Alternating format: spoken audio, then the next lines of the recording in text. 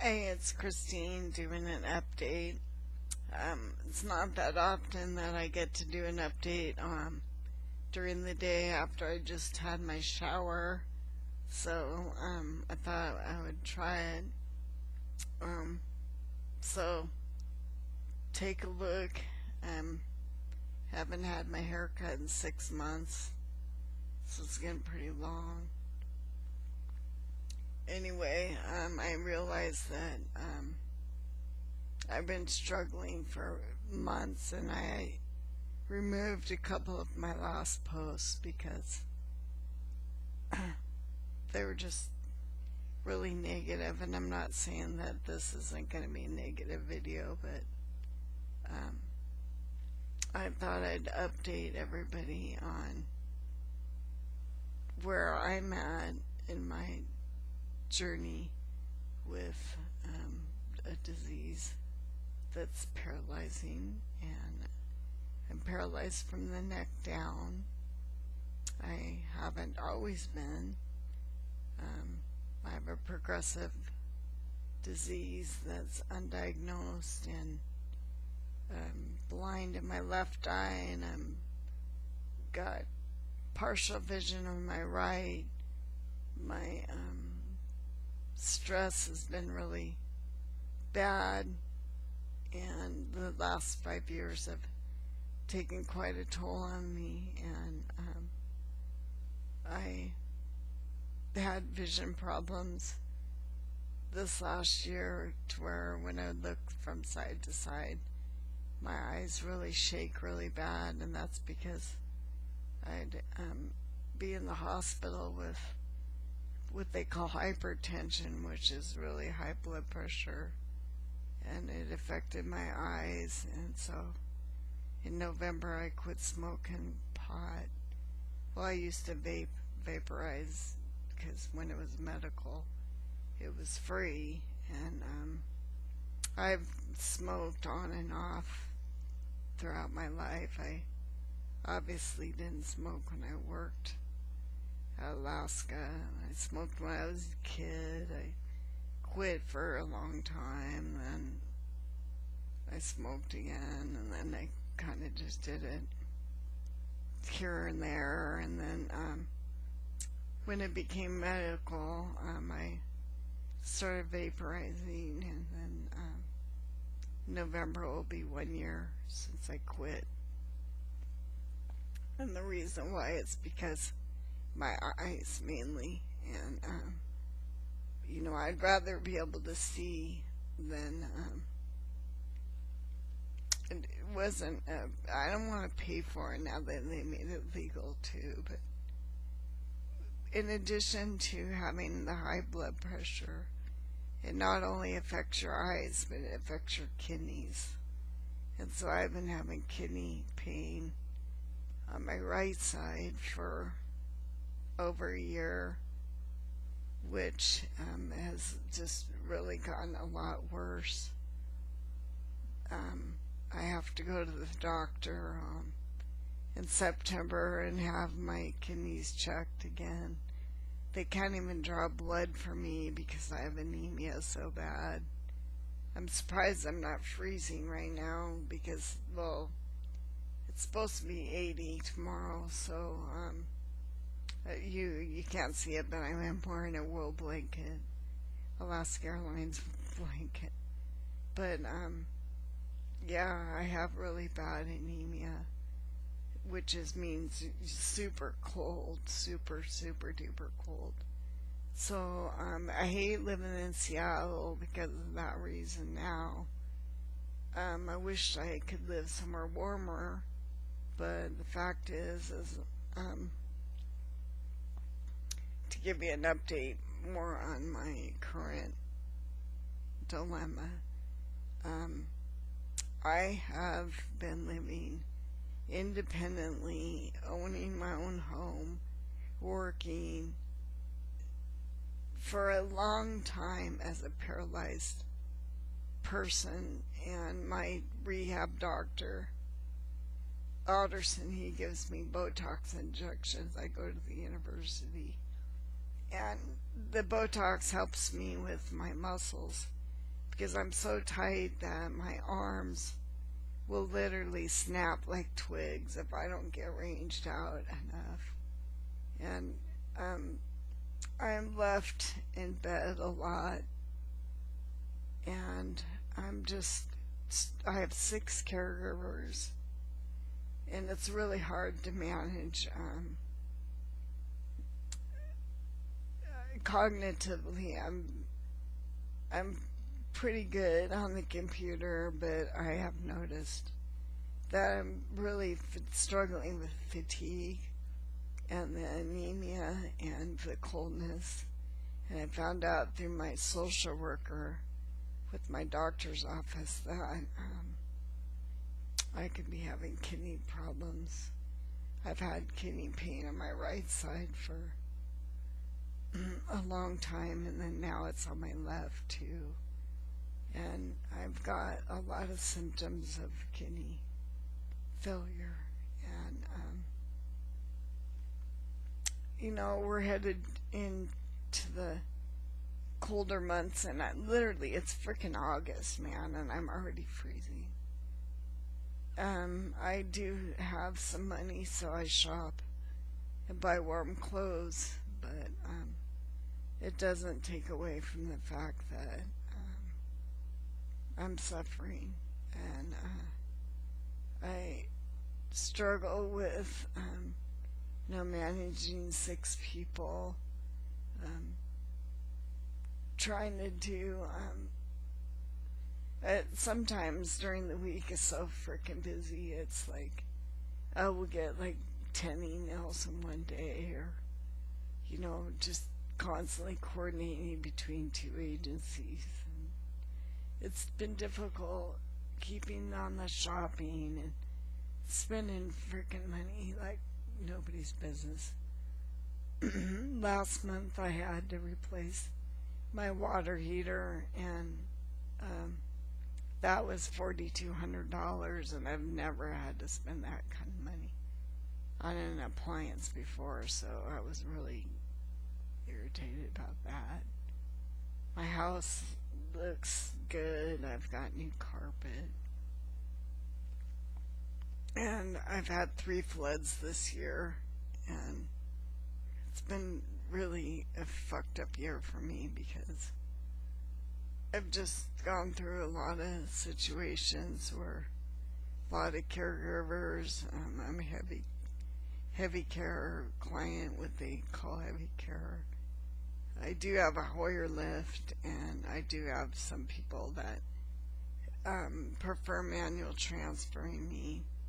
Right now I'm sitting on a commode chair, which is like a toilet, because my power chair is the $75,000 Lexus that's in the other room.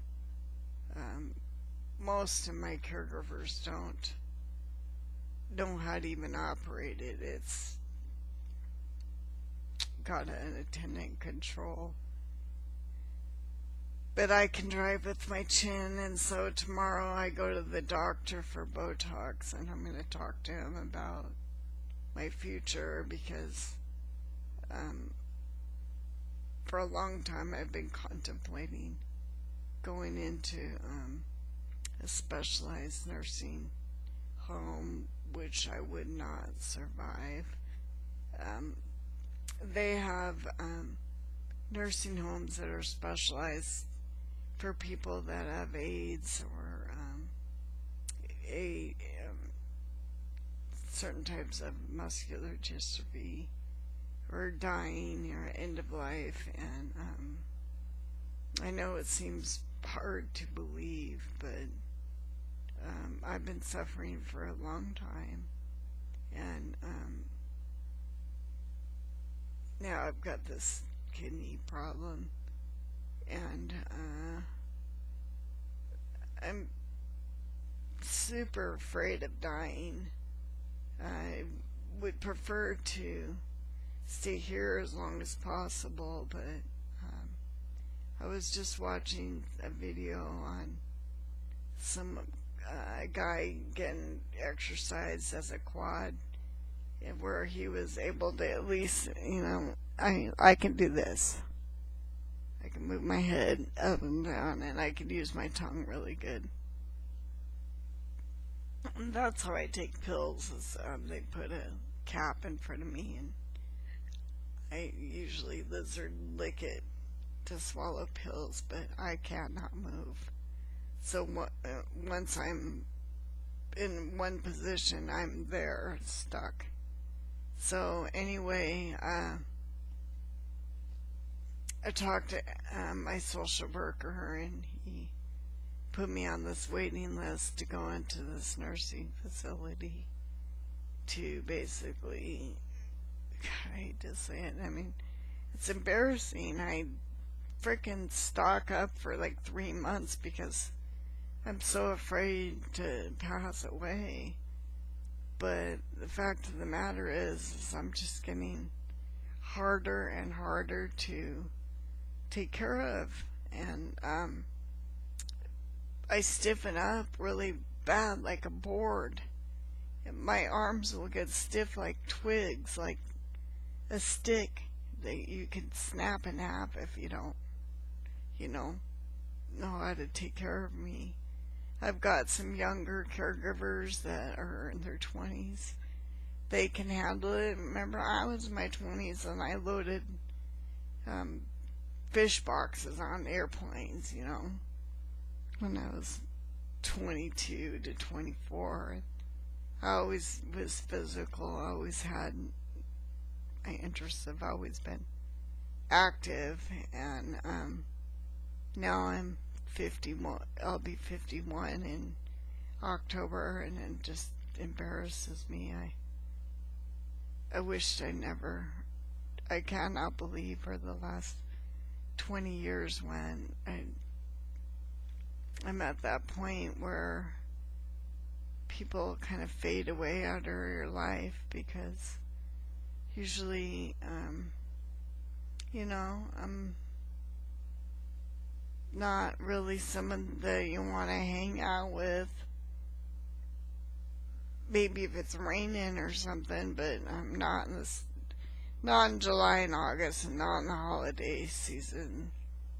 And I have had to train a lot of people at the last minute, and I get a really bad anxiety disorder now because, come on now, I cannot move, I can't show anybody.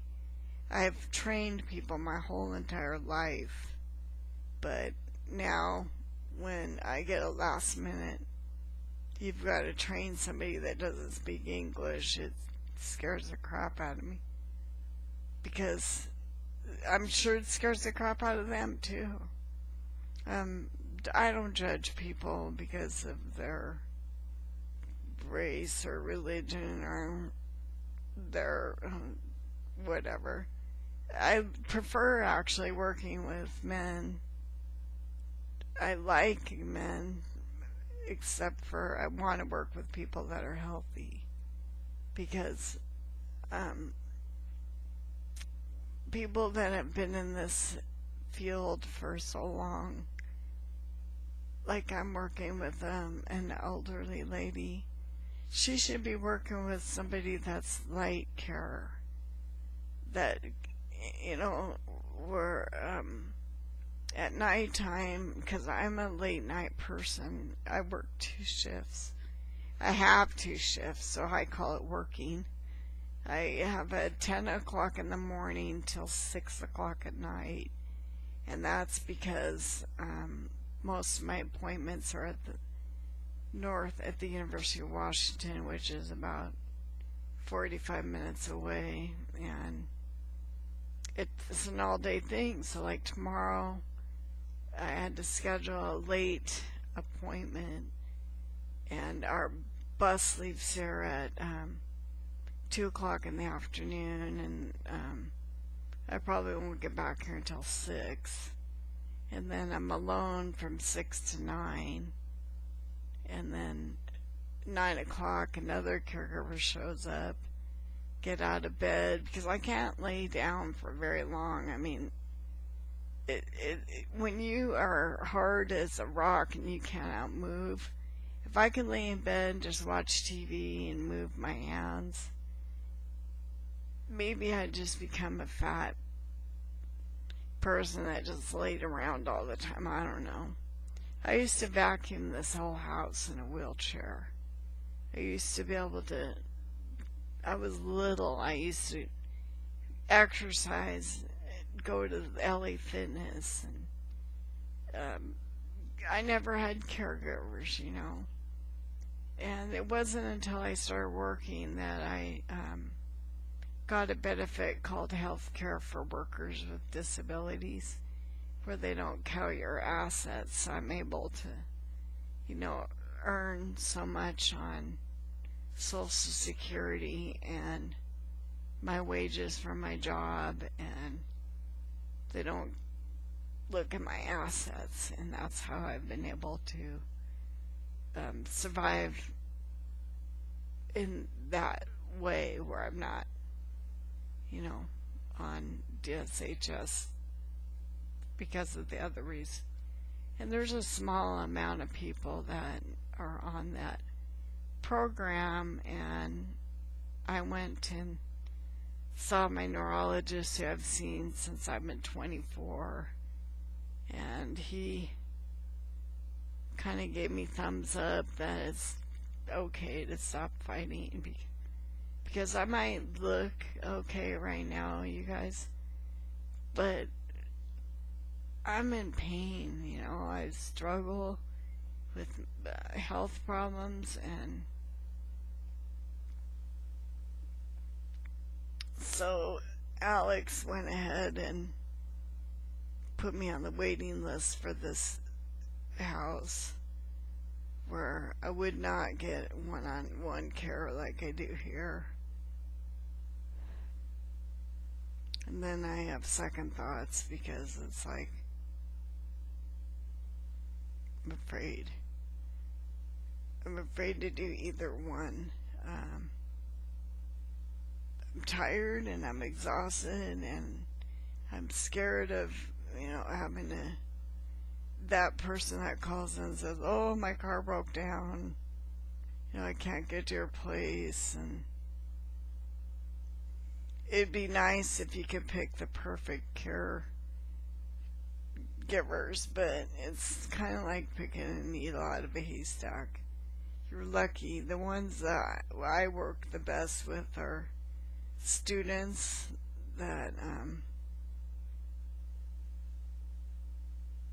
it just varies. I mean, some people are committed to caregiving, but then they have physical problems. I mean, it's always something, right? I mean, nobody's perfect. And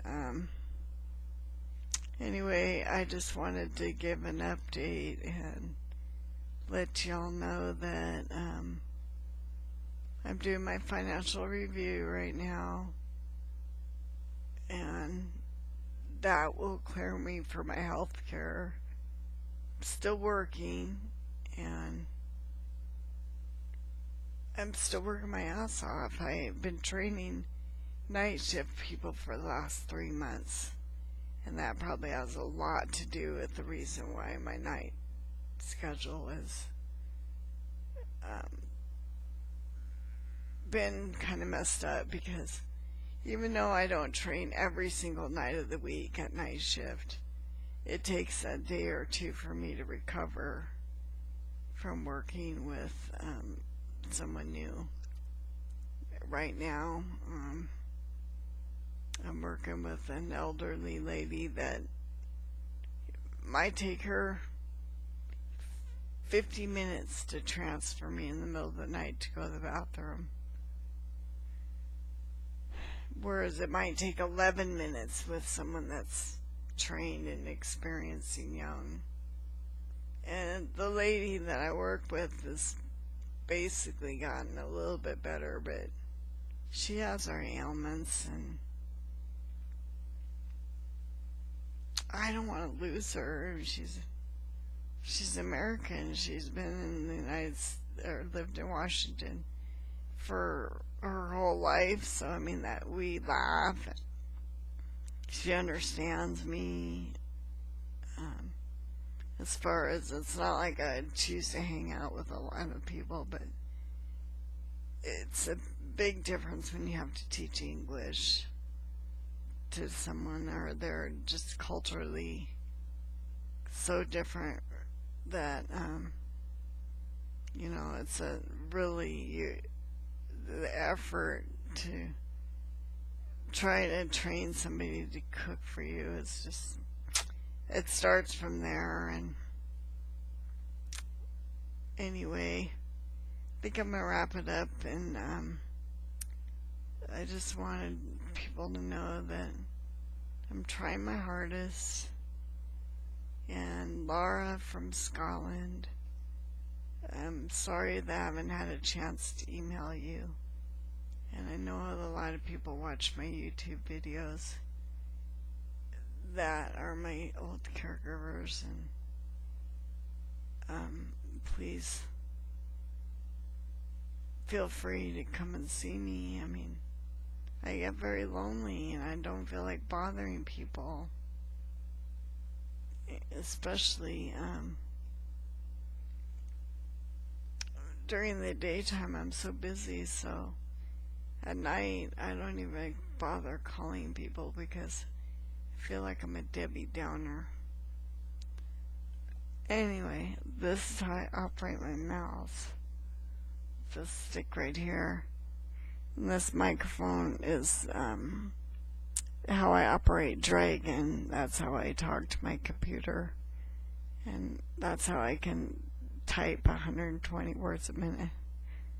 Anyway, yeah, I'm still one of those old people with a computer. Okay, I'll talk to you later. And it was nice meeting a new people like Alex. Hey Alex, and shout out to you. I know you're young and you've got such a vibrant personality. I hope you fucking kick ass, man.